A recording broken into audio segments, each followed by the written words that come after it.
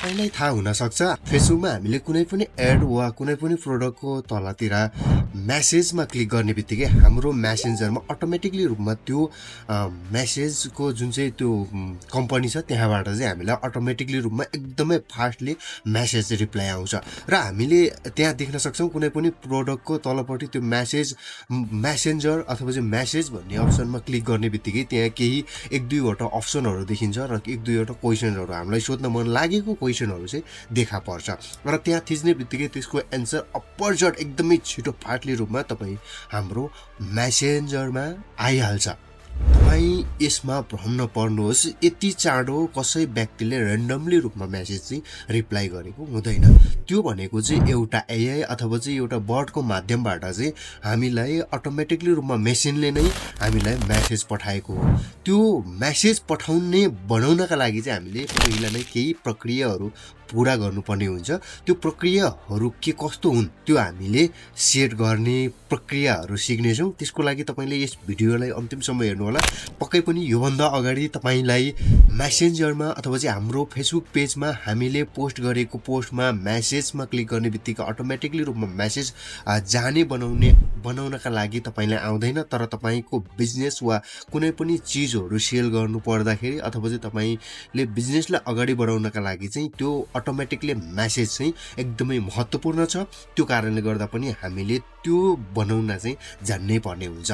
So आजको यस भिडियोमा हामी अटोमेटिकली मेसेज कसरी पठाउने त्यो कुराहरू जान्नेछौँ। अटोमेसनमा हैन मेसेज कसरी पठाउने त्यो सम्पूर्ण कुरा A to Z हामीले गरेर पनि सिक्नेछौँ। त्यसको लागि तपाईले यो भिडियोलाई अन्तिमसम्म स्किप नगरिकन हेर्नु होला। साथसाथमा च्यानलमा प्रसारण हुने भिडियोहरू कस्तो लाग्छ सल्लाह सुझाव कमेन्ट गर्नु होला र सब्स्क्राइब गर्नुभएको छैन भने चाहिँ सब्स्क्राइब गर्नु होला है त। आउनुहोस् हामी भिडियोतिरै लाग्छौँ। अब तपाईसँग पनि एउटा फेसबुकमा बिजनेस पेज छ, तपाईले त्यो पेजबाट चाहिँ केही सेल गर्नुहुन्छ अथवा चाहिँ हामीले देख्छौँ नि अरु कसैको पेजमा चाहिँ हामीले मेसेजमा क्लिक गर्ने बित्तिकै हामीलाई इन्स्ट्यान्स एउटा मेसेज आउँछ र हामीले त्यसमा केही क्वेशनहरूमा ट्याप गर्ने बित्तिकै त्यो क्वेशनको एन्सर पनि इन्स्ट्यान्स आइहाल्छ। त्यतिखेर त्यस्तो गर्नका लागि त्यो मेसेज चाहिँ मान्छेले पठाएको चाहिँ हुँदैन। पहिला मान्छेले हामीले सेट गरेर राखेको हुन्छ र त्यो सेट गरिएको अनुसार चाहिँ कस्टमरलाई इन्स्ट्यान्ट मेसेज जाने गर्दछ। त्यति चाँडो एकदमै छिटो एकदम क्लिक गर्ने बित्तिकै है झट्टै।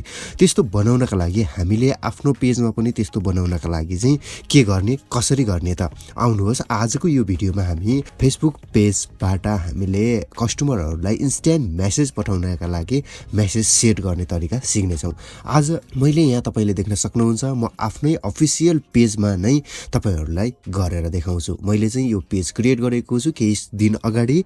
सो यो पेजबाट मैले आफ्नो सर्भिसहरू पनि प्रोभाइड गर्नेछु। तपाईले यहाँ देख्न सक्नुहुन्छ मेरो पेज ओपन रहेको छ। तपाईले पनि आफ्नो कम्प्युटरमा चाहिँ आफूले चलाइरहेको पेज अथवा चाहिँ आफ्नो बिजनेसको पेज जुन चाहिँ बिजनेसबाट तपाईले पेज सञ्चालन गरिरहनु भएको छ त्यो पेजलाई ओपन गर्नु होला र पेजको प्रोफाइललाई ओपन गरिसकेपछि यहाँ तपाईले देब्रेतर्फ तल देख्न सक्नुहुन्छ मेटा बिजनेस साइट भन्ने अप्सन छ। यसमा तपाईले क्लिक गर्नु होला। यसमा क्लिक गर्ने बित्तिकै अब तपाईले यस्तो खालको एउटा इन्टरफेस देख्न सक्नुहुन्छ।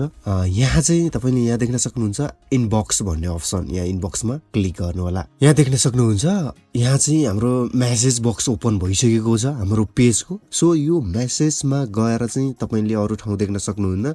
यहाँ माथि एभाइलेबल भन्ने अप्सन देख्न सक्नुहुन्छ एउटा। सो एउटा एभाइलेबल भन्ने यो एभाइलेबल अप्सनमा चाहिँ तपाईले क्लिक गर्नु होला र तपाईले एड अवे मेसेज भन्ने अप्सनमा क्लिक गर्नु होला। यति गर्ने बित्तिकै तपाईले एउटा यस्तो खालको डायलग बक्स खोलेको देख्न सक्नुहुन्छ। अब तपाईले क्वेशन बनाउन सक्नुहुन्छ अथवा चाहिँ इन्स्ट्यान्स मेसेज रिप्लाई गर्न चाहनुहुन्छ। यहाँ तपाईले देख्न सक्नुहुन्छ विभिन्न अप्सन रहेको छ।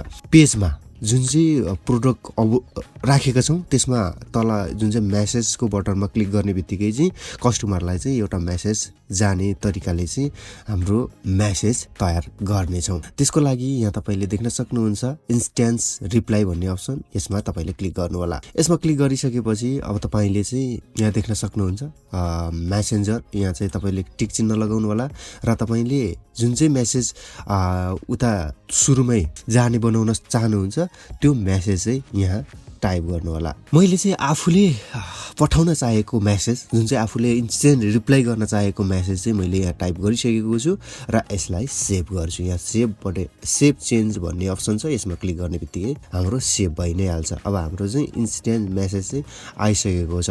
अब त्यसपछि तपाईँले क्वेसनहरू सोध्ने बेलामा मेसेज पठाउनुहुन्छ भने चाहिँ यहाँ तल तपाईँले देख्न सक्नुहुन्छ, यहाँ तपाईँकोमा माथि पनि हुनसक्छ फ्रिक्वेन्टली आस्क्ड क्वेसन भन्ने एउटा अप्सन हुन्छ, यसमा तपाईँले क्लिक गर्नु होला अथवा चाहिँ एडिट गर्नु होला। अब तपाईँले तपाईँको मेसेन्जरमा चाहिँ कुन क्वेसनहरू चाहिँ कस्टमरले सोध्न सकिन्छ त्यो क्वेसनको चाहिँ एन्सर, क्वेसन पनि एन्सर पनि यहाँ राख्न सक्नुहुन्छ। यहाँ मेसेन्जर लेखेको छ, यसमा टिक लगाउनु पर्छ र एड एनदर क्वेसनमा क्लिक गरिसकेपछि यहाँ क्वेसन 1 छ, फेरि एड एनदर क्वेसन 2 छ। जतिवटा क्वेसन बनाउँदा नि हुन्छ, म चाहिँ 2वटा क्वेसन बनाइहाल्छु। यहाँ क्वेसनमा क्लिक गर्नु होला। क्लिक गर्ने बित्तिकै अब यहाँ तपाईँले क्वेसन लेख्नुपर्ने हुन्छ र यसमा तपाईँले एन्सर लेख्नुपर्ने हुन्छ। कस्टमरले के क्वेसन सोध्न चाहन्छन् त्यो बुझेर तपाईँले यहाँ लेख्नुपर्ने हुन्छ भने यहाँ त्यसको एन्सर लेख्नुपर्ने हुन्छ। यहाँ तपाईँले देख्न सक्नुहुन्छ मैले चाहिँ आफ्नो पेजका लागि क्वेसन र एन्सर दुईवटै रेडी पारिसकेको छु।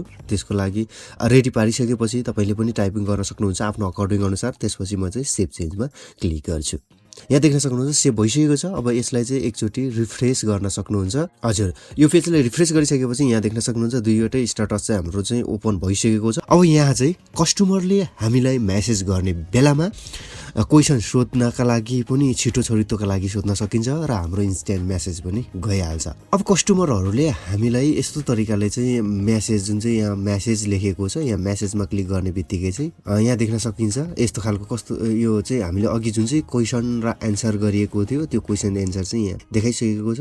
यहाँ देख्न सक्नुहुन्छ यो क्वेसनमा क्लिक गर्ने बित्तिकै यो क्वेसन चाहिँ हामीलाई मेसेज आउनेछ र यसको इन्स्ट्यान्ट रिप्लाई पनि हाम्रो अटोमेटिकली रूपमा फेसबुकले नै दिनेछ है। हामीले अघि जे सेट गरेको थियौँ त्यो अटोमेटिकली रूपमा दिनेछ।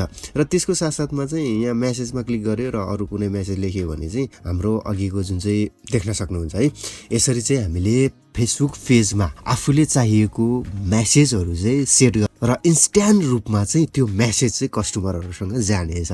हजुर, आजको भिडियोमा तपाईँले बुझिसक्नुभयो होला इन्स्ट्यान्ट मेसेज कसरी पठाउने र कसरी सेट गर्ने भन्ने कुराहरू। हजुर, यो त थियो मेसेन्जरमा हामीले अटोमेटिकली रूपमा अटो रिप्लाई गर्ने कसरी बनाउने त्यो सबै कुराहरू। हजुर, आजको यस भिडियो तपाईँलाई कस्तो लाग्यो कृपया सल्लाह सुझाव कमेन्ट गर्न पनि नबिर्सिनु होला।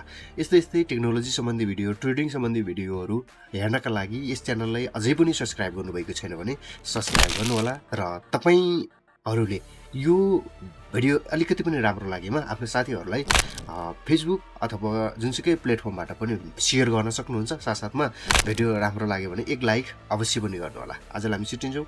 हवस् त, नमस्कार।